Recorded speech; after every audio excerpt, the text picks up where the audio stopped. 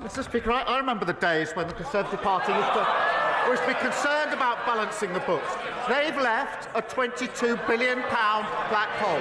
Responsibility for this decision lies there.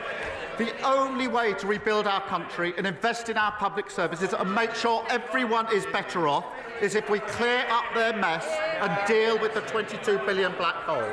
But, Mr. Speaker, last week we learned that the Shadow Housing Secretary was calling for means testing of winter fuel payments. Now it turns out that the Shadow Paymaster General agrees with her and even boasted about texting his own mother saying she didn't need the payment.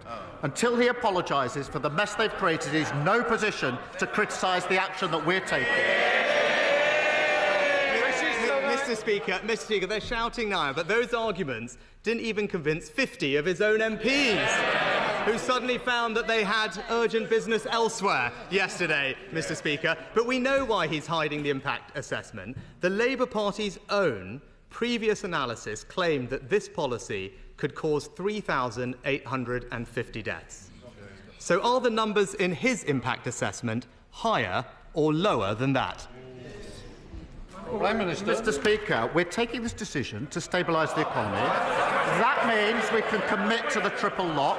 By committing to the triple lock, we can make sure that payments of state pension are higher and therefore there's more money in the pocket of pensioners, notwithstanding the tough action that we need to take. But he goes around pretending that everything's fine. That's the argument he tried in the election. And that's why he's sitting there and we are sitting here. Mr. Speaker, today pensioners watching will have seen that the Prime Minister has repeatedly refused to admit or to publish the consequences of his decision, and we will continue holding him account for that.